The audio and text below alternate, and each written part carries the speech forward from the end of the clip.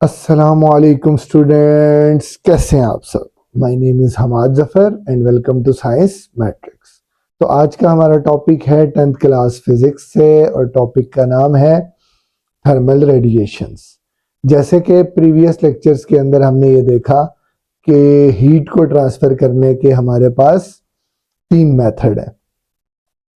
सबसे पहले हम हीट को ट्रांसफ़र कर सकते हैं यूजिंग कंडक्शन, और फिर हमने सीखा था कि थर्मल कन्वेक्शन भी एक मेथड है कि जिससे हम हीट को ट्रांसफ़र कर सकते हैं। तो स्टूडेंट, सबसे पहले जो हमने देखा था थर्मल कंडक्शन, उसमें हमने ये देखा था कि हीट ट्रांसफ़र होती है without actual movement of particles की वजह से।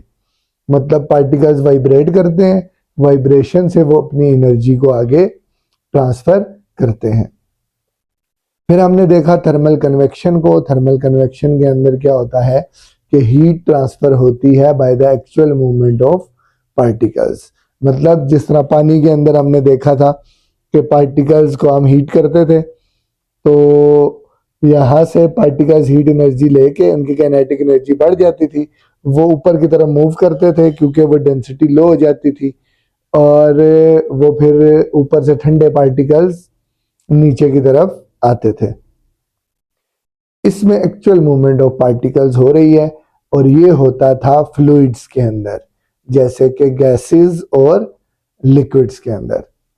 और जो हमारा थर्मल कंडक्शन था वो होता था हमारे सॉलिड्स के अंदर। अब थर्मल कंडक्शन की तो समझ आ रही है कि सॉलिड के अंदर हो रहा है, और उसमें एक साइड को सॉलिड की आप हीट अप करते हो तो हीट ट्रांसफर होकर दूसरी साइड भी क्या हो जाती है, गर्म हो जाती है। इसी तरह कन्वेक्शन जो है ये सिर्फ लिक्विड्स में ही या गैसेस में ही क्यों होता है, वो इस वजह से होता है क्योंकि लिक्विड के या गैस के पार्टिकल जो होते हैं वो टाइटली पैक नहीं होते, वो मूव कर सकते हैं। तो डेट्स वाई ये सिर्फ कन्वेक्शन किसके अंदर होती है, फ्लूइड्स के अंदर होती है। फिर हमारे पास एक तीसरा मेथड है कि जिसमें हीट ट्रांसफर होती है by the electromagnetic waves.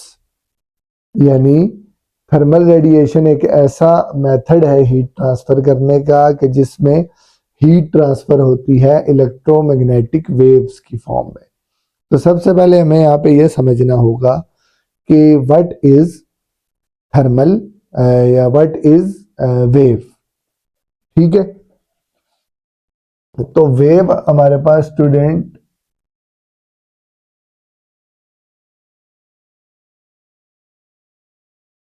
Disturbance in a medium की वजह से प्रोड्यूस होती है। जैसे हमारे पास ये पानी का तालाब है फर्ज करें,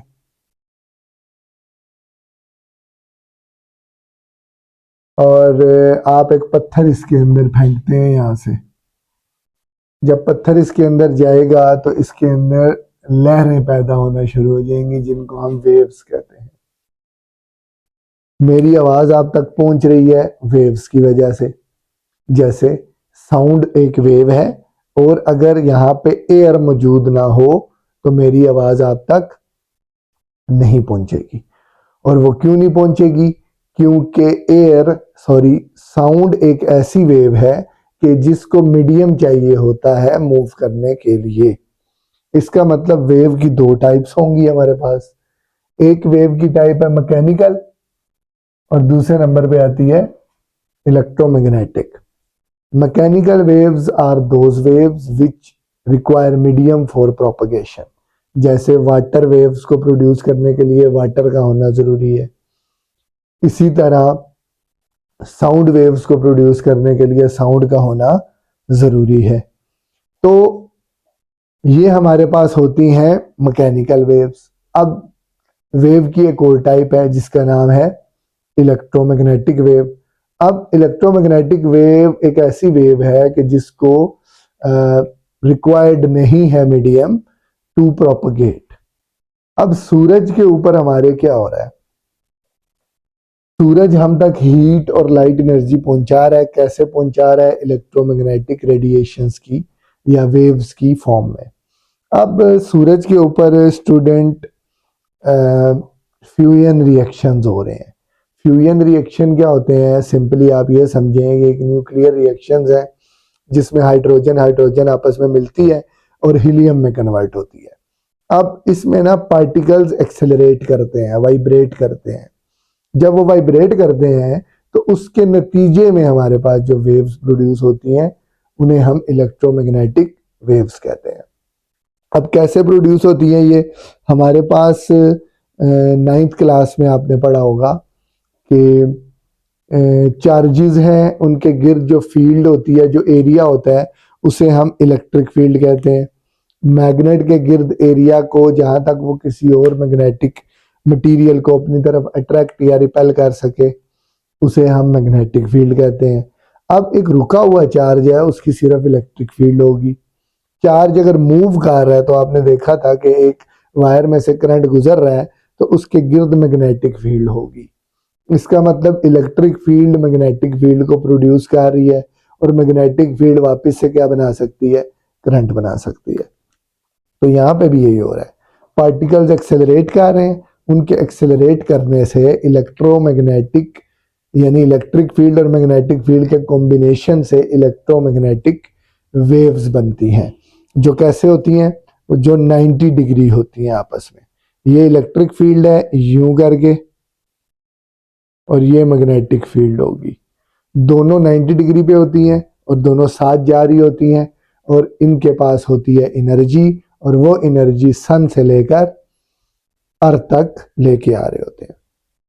अब इलेक्ट्रोमैग्नेटिक वेव्स में ना इसकी कुछ खास वेवलेंथ है, कुछ लॉन्गर वेवलेंथ की होती हैं, कुछ शॉर्टर वेवलेंथ की होती हैं, जिसमें से कुछ को हम देख भी सकते हैं, जैसे कि विजिबल लाइट को जिसमें 7 कलर्स हैं, ये भी इलेक्ट्रोमैग्नेटिक वेव है, जिसमें हमारे पास विबगोयर मतलब violet, indigo, blue, green, yellow, orange and red colour शामिल है, जिसकी वेवलेंथ है 390 नैनोमीटर से 700 नैनोमीटर तक।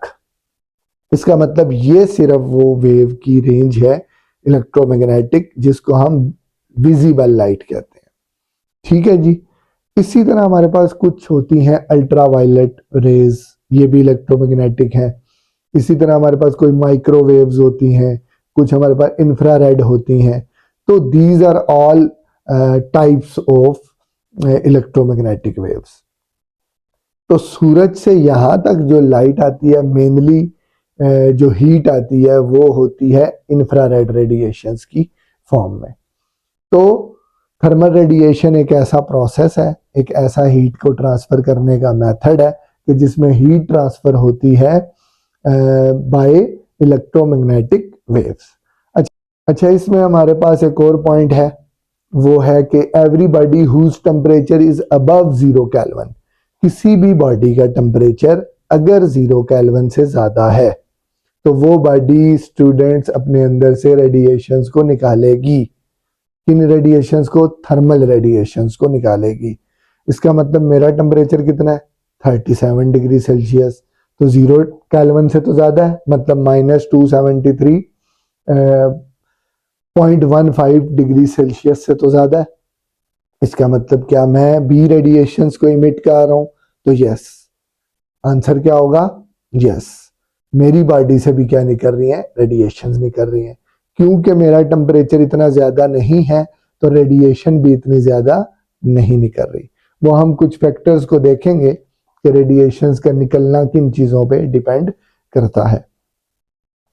तो हमें पता चल गया कि हर चीज से क्या निकलती हैं? रेडिएशंस निकलती हैं और इनको मीडियम रिक्वायर्ड नहीं होता। हाँ, ये सॉलिड में, लिक्विड में, गैस में भी ट्रैवल कर सकती हैं, लेकिन अगर मीडियम नहीं भी होगा तो भी हीट एनर्जी ट्रांसफर होगी। अच्छा जी, फिनोमेना क्या होता है, अक्कर कहते कैसे होता है ये? जैसे कि मैंने बताया कि किसी भी बॉडी के अंदर पार्टिकल्स वाइब्रेट करते हैं, जैसे ह्यूमन बॉडी है उसके अंदर भी डिफरेंट बायोलॉजिकल प्रोसेस हो रहे हैं। उसमें क्या हो रहा होता है कि इनसाइड अ हॉट बॉडी, कोई भी हॉट बॉडी हो, उसमें एटम्स, मॉलिक्यूल वाइब्रेट करते हैं rapidly. Due to this electromagnetic waves are transmitted and they carry heat energy and light. Mostly कौन सी होती है हमारे पास? इंफ्रारेड रेज, और इसमें विजिबल लाइट भी होती है। अच्छा जी, अब किसी भी बॉडी से हीट निकलेगी या वो एब्जॉर्ब करेगी, ये कुछ दो तीन चीज़ों के ऊपर डिपेंड कर रहा होता है। तो सबसे पहले नंबर पे देखें, अगर एक्सटर्नल टेम्परेचर इन्वायरमेंट का ज़्यादा है बॉडी के टेम्परेचर से, तो क्या होगा? तो हीट एनर्जी एब्जॉर्ब करेगी ये बॉडी। अगर एक्सटर्नल टेम्परेचर कम है और बॉडी का टेम्परेचर ज़्यादा है, तो अब हीट एनर्जी बॉडी क्या करेगी? इमिट करेगी, रेडिएट करेगी। ठीक है। तीसरे नंबर पे हमारे पास अगर दोनों का टेम्परेचर क्या होगा? बराबर होगा, तो इसको कहते हैं थर्मल इक्विलिब्रियम। और इस केस में कोई हीट एनर्जी किसी से भी किसी की तरफ नहीं जाएगी। अच्छा जी, अब हमारे पास कुछ फैक्टर्स हैं कि जिनके ऊपर हीट या रेडिएशंस का निकलना डिपेंड कर रहा होता है या एब्जॉर्ब करना डिपेंड कर रहा होता है। तो सबसे पहले नंबर पे हमारे पास ये कुछ सरफेस कलर के बारे में है कि अगर डार्क सरफेसेस होंगी तो वो बहुत अच्छी एब्जॉर्बर होगी। अगर वो बहुत अच्छी एब्जॉर्बर होगी तो वो बहुत अच्छी इमिटर भी होगी। मतलब मेरी बॉडी का कोई भी टेम्परेचर हो, मैंने हीट एनर्जी एब्जॉर्ब की, कुछ मैं पास रखूंगा और कुछ हीट एनर्जी को मैं क्या करूंगा? री इमिट करूंगा, रेडिएट करूंगा। ठीक है। तो जो अच्छी एब्जॉर्बर होगी वो अच्छी इमिटर भी होगी, लेकिन वो बहुत बुरी रिफ्लेक्टर होगी। मतलब वो लाइट को, इलेक्ट्रोमैग्नेटिक रेज को, हीट वेव्स को अपने अंदर एब्जॉर्ब तो करेगा लेकिन रिफ्लेक्ट नहीं करेगा। शाइनी सिल्वर सरफेस जो होती है हमारे पास, वो बहुत अच्छी रिफ्लेक्टर होती है लेकिन एब्जॉर्बर और इमिटर बहुत बुरी होती है। दैट्स वाई हमारे जो विंड स्क्रीन है गाड़ियों की, ये होती है शाइनी सिल्वर कलर की। वो इसीलिए होती है ताकि वो हीट एनर्जी को गाड़ी के अंदर ना आने दे, उसको रिफ्लेक्ट बैक करे। और इसी तरह डार्क कलर के, ब्लैक कलर के हमारे पास चार्जर होते हैं लैपटॉप्स के, वो इसीलिए होते हैं ताकि वो हीट एनर्जी को एब्जॉर्ब करें और री इमिट करें और एनवायरनमेंट के अंदर फेंक दें। इसी तरह वाइट कलर है, ये भी हमारे पास अच्छा रिफ्लेक्टर होता है और बहुत बुरा एब्जॉर्बर और इमिटर होता है। इसके अलावा हमारे पास होता है जी texture of the surface. Texture क्या होता है? टेक्सचर किसी भी चीज की ऐसी क्वालिटी को कहते हैं कि जो उसको टच करने से हमें पता लगती है। जैसे कोई भी चीज अगर स्मूथ है तो वो रिफ्लेक्टर अच्छी होगी लेकिन एब्जॉर्बर बुरी होगी। तो इसी की बेस के ऊपर हम जो घरों की मतलब कि जब बना रहे होते हैं तो हम उसके ऊपर एक सीमेंट की लेयर लगाते हैं, जिससे क्या होता है? वो स्मूथ हो जाती है। स्मूथ करने का पर्पज ये होता है कि ताकि लाइट या भी हीट एनर्जी उस पर पड़े तो वो उसको रिफ्लेक्ट करे, ना कि एब्जॉर्ब करे। अगर तो रफ सरफेस होगी तो वो हीट एनर्जी को एब्जॉर्ब करेगी। फिर आता है सरफेस कलर। सरफेस कलर पे मैंने बात कर ली है कि डार्क कलर होगा तो वो हीट को एब्जॉर्ब करेगा, इसीलिए ब्लैक कलर के कपड़े या डार्क कलर के कपड़े गर्मियों में अवॉइड करने चाहिए। वो हीट को क्या करते हैं? एब्जॉर्ब करते हैं ज़्यादातर, ना कि रिफ्लेक्ट करते हैं। सरफेस एरिया जितना ज़्यादा होगा हीट एनर्जी उतनी निकलेगी। मतलब एक ऑब्जेक्ट है छोटा सा, उसमें से हीट कम निकल रही है या एब्जॉर्ब हो रही है, और अगर उसका सरफेस एरिया बहुत ज़्यादा है जैसे सूरज है तो वो बहुत ज़्यादा एब्जॉर्ब भी कर रहा होगा और री इमिट भी कर रहा होगा। Temperature of the body, temperature जितना ज़्यादा होगा बॉडी का, उसके अंदर से रेडिएशन उतनी ज़्यादा निकलेंगी। थोड़ा टेम्परेचर होगा तो थोड़ी रेडिएशन निकालेगा, ज़्यादा टेम्परेचर होगा तो ज़्यादा एनर्जी निकालेगा। तो ये थे हमारे पास कुछ फैक्टर्स, और आज के लेक्चर में हमने ये सीखा कि थर्मल रेडिएशन क्या होती हैं, कैसे होती हैं, इसमें इलेक्ट्रोमैग्नेटिक वेव्स का क्या ताल्लुक है, और ये कैसे हीट एनर्जी को सोर्स से क्या कहते हैं डेस्टिनेशन तक पहुंचाती है। तो उम्मीद है कि आपको समझ आई होगी। किसी को समझ ना आई हो तो कमेंट बॉक्स में लिख सकता है। आज के लिए इतना ही। अल्लाह हाफिज।